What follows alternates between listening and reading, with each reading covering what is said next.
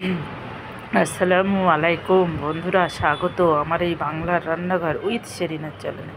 দেখুন, আমি আজকে খুব সুন্দর করে একটা আলুর রেসিপি বানাবো, ডিম আলুর রেসিপি। তাই সবার প্রথমে ঝাল পেঁয়াজটা ভেজে নিয়েছি। এরকম সিম্পলভাবে রান্না করলে কিন্তু ডিম আলু খেলেও কোনো সমস্যা হয় না। ডিম আলু খেলে অনেকের সমস্যা হয়।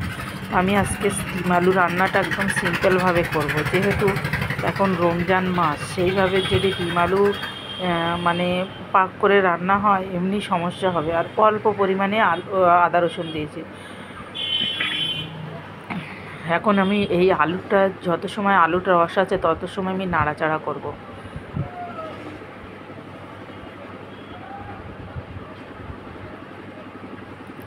আমার আলুটা বেশ ভাজা ভাজা হয়ে গেছে। হালকা একটু পানি দিয়ে নিয়েছি, যেহেতু মশলাটা পুড়ে যাচ্ছিল। ওই জন্য লবণ হলুদ এবার দিয়ে দেবো।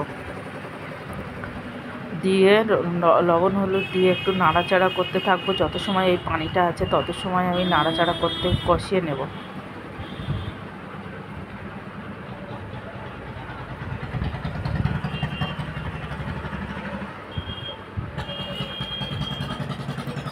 দেখেন কি সুন্দর কালার চলে আসছে, খুব সুন্দর কালার চলে আসছে।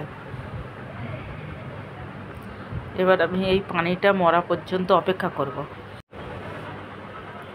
কি দারুণ কালার চলে আসছে দেখেন। আমি 10 মিনিট পরে আবারও ফিরে আসলাম। প্রায় আমার আলুটা গলে গিয়েছে, পানিটাও মরে যাওয়ার মতন হয়ে গেছে। এবারে আমি আরও 5 মিনিট ঢাকা দিয়ে রাখবো। আর পানিটা মরে এসছে। এবার আমি একটু নাড়াচাড়া করে কষানো হয়ে গেছে। আলুটা দেখেন একদম গলে গেছে, নাড়তে গিয়ে তাই আলু ভেঙে যাচ্ছে। এত সুন্দর। আপনারাও যদি চান যে মনে করেন যে একটু ঝোলটা গাঢ় করবো, তা আলুটা একটু ম্যাশ করে দিতে পারেন হালকা। আর যদি মনে করেন না এইভাবেই থাকবে, তাহলে এইভাবেই হালকা পাতলা ঝোল করতে পারেন। দেখেন আলুর কালারটা বা ঝোলটা কি দারুণ চলে এসছে দেখেন।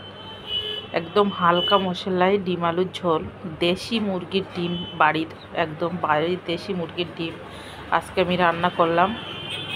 আমি আরও 10 মিনিট ঢাকা দিয়ে রান্না করতে লাগবো। হ্যাঁ, একটু এলাচ দিয়ে দিলাম। আমি 10 মিনিট আরও ঢাকা দিয়ে রাখার পরে আমার রান্নাটা হয়ে যাবে। একটু মরিচ ছড়িয়ে দিলাম।